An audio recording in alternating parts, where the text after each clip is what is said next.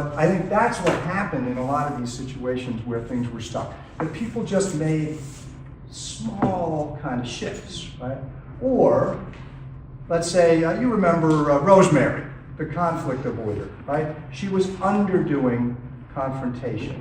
Or the lab director who was overdoing selflessness, right?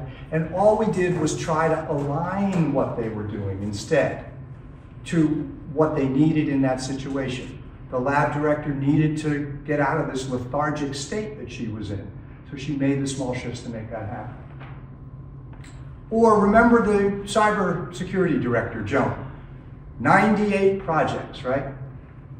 What could be a symbol of greater futility than how to get 98 projects done? But remember what she said. She said, I feel great after she got one done. That was just so striking to me. And what she, I think, felt at that moment was a sense of competence.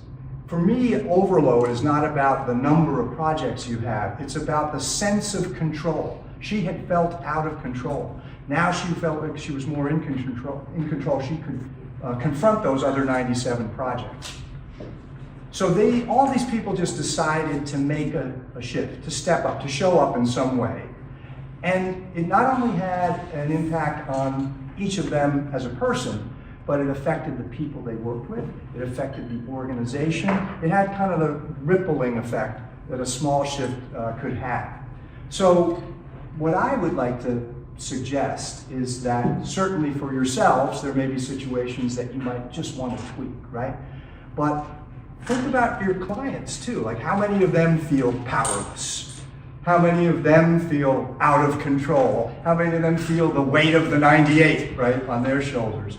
There might be a way that you could also frame their situations in the extremes and then have them work on a small shift that they could make. And my thought is that, as with these 50 clients, they don't need to catch the moon, they don't need to tame the raging sea.